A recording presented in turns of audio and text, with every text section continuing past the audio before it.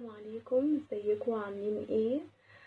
حابة اقول لكم سنة جديدة جميلة علينا وسعيدة علينا يا رب. ونحقق كل اللي بنتمناه وسنة جديدة سعيدة على اولادي، وربنا يحفظهم ويحميهم ويحقق لهم اللي نفسهم فيه، وعلى والدتي ربنا يحفظها ويبارك فيها وتحقق اللي نفسها فيه. ربنا يكرمها بالحج اللي بتتمناه ان شاء الله في السنة الجديدة دي، ويحقق الخير والسعادة لأختي وأخواتي وولاد خالاته، ويسعد خالاته، وربنا يديهم الصحة والبركة وربنا يفرح الناس كلها، وسنة خير علينا كلنا جميعا يا رب. طبعا في حلقة ان شاء الله هقدمها يوم رأس السنة. حاجة حلوة كده هنعملها النهاردة. هنعمل ايه؟ طريقة النوتيلا. طبعا اولادنا طالبينها في البيت وبيحبوها، وانا عملتها كتير. هقدم لكم دلوقتي ايه المكونات واحدة واحدة، وتطلع لنا المظبوطة ان شاء الله، والقوام يطلع حلو. خليكم معايا. طبعا انا عندي هنا مكونات النوتيلا: كوب سكر باودر وفانيليا ونص كوباية زيت وكوب بالظبط كاكاو خام وكوب لبن. هنبدأ بالخطوات واحدة واحدة. اول حاجة هنضيفها كوباية اللبن، تمام كده، وهنضيف عليها كوب سكر باودر. هنا كوب اللبن وكوب سكر باودر هنضربهم بقى في الخلاط بتاعنا اهو. هنبدأ بقى نضربهم بسم الله.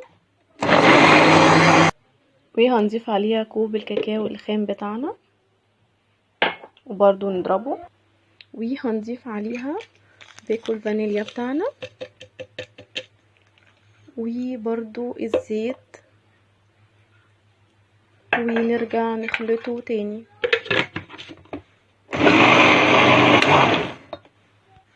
وهنضيف عليها طبعا ده باكت نسكافيه بالبندق. طبعا اللي حابب ما يضيفش، يعني ده اختياري مش اجباري خالص.